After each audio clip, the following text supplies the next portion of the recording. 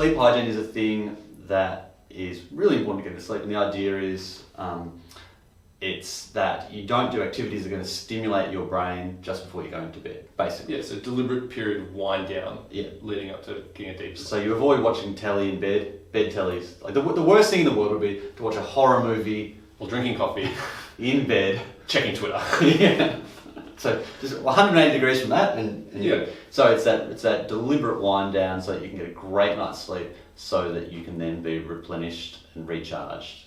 Yeah, Next day. so some of the common things, you turn your phone off early, avoid TV, warm milk, no email, no Facebook, no social media.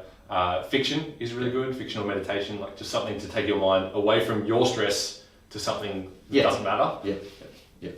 And it's something that we were historically much better at, because people, it wasn't that long ago that you didn't have electricity.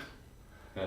And so winding down It was was pretty easy because it just got dark. and that's how, and as animals, that's how our body regulates. And in particular, the big issue is that blue light. So you get the way our body clock is set is blue light tells the back of our eyeballs. I can't remember what the gland is. I don't know what the gland is, but the hormone's melatonin. Yeah, we'll put the gland up. Yeah, I'll Google that. Yeah. Pineal? Pineal gland? That might be where it melatonin. Yes. I don't know.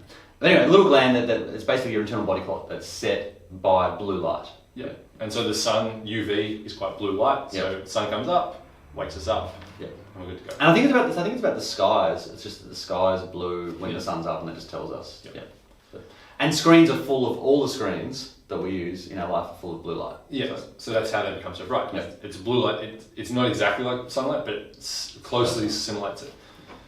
And so, the best thing for your sleep hygiene is just cut your phone out. So you can let your melatonin production happen, let your brain switch off, let it believe that night's coming and it's time to sleep. Yeah. And then Apple released. So your hygiene was awesome. You're on point. Yeah, I did phone off. I had all those things. I had Screens the off. super oats for dinner, so I had the magnesium and the oats and that sort of stuff. And then it's called night shift. So you can set your phone now, this is on Apple, you can set it now to do a thing called night shift, where it takes the blue out of the light and softens it and makes your screen yellow. Yeah. Theory being, because we evolved around campfires, yellow light is less severe than blue light, so you can keep using your phone at night. Fantastic. Started doing that, and so I wasn't. I feel like you're like this. You're like the smartest idiot or the dumbest. You're like,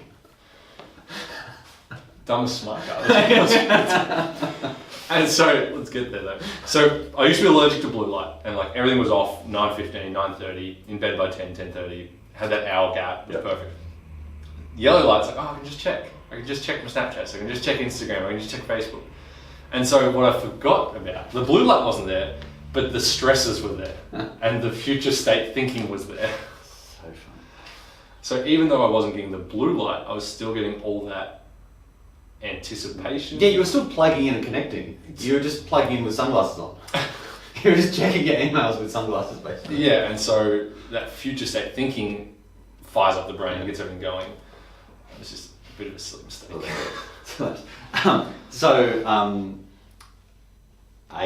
Don't do that.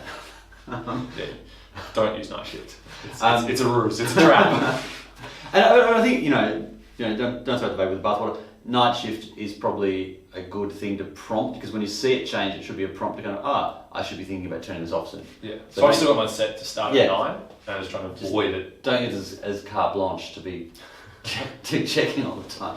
And I love the reading fiction before you go to bed. Or it doesn't. I don't know. It has to be fiction. I think it has to be something that isn't. You can't read a page turner. I read No Country for Old Men. Have you seen the movie? Maybe. No, It's a horrible thriller. A lot of people being murdered, and and so that was a terrible bedtime reading because you want to keep reading.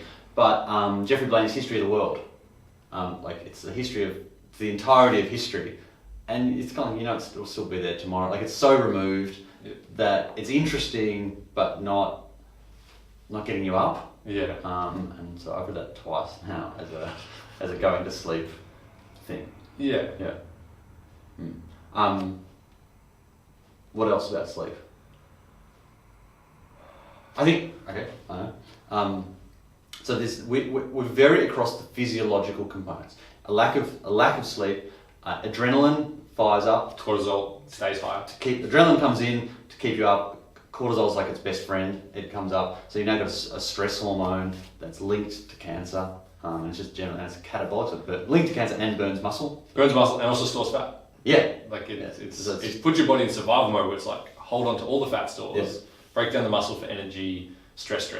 It's a horrible hormone that we want to really, and there's a testosterone cortisol ratio that's actually really important from an athletic point of view. You want to keep the testosterone From high recovering properly, yeah. in relation to cortisol. So I think the physiological side of it is all very well established. But I also think... sorry, on the physiological, before you go on to the next one, there's mountains of studies that say sleep deprivation leads to increased feelings of pain and faster fatigue, reduced aerobic capacity, reduced speed, reduced power, reduced strength, reduced coordination and skill. Yeah. There was one that said, I think it was a 2-hour sleep deprivation in basketballers reduced their shooting percentage by like 15%. Yeah, it's amazing. Like, losing an hour a night, shooting percentages plummeted like they did a controlled study. It's crazy. And it's skill acquisition and skill exhibition. So the ability to show the skill gets 15%, but I suspect the ability to acquire the skill... Any training you did... is even worse. It's probably a 30% decrement of your ability to acquire a skill. And on top of that, there's the way our brain has kind of like a defrag system, like in computers or in pre-Apple when you had to defrag.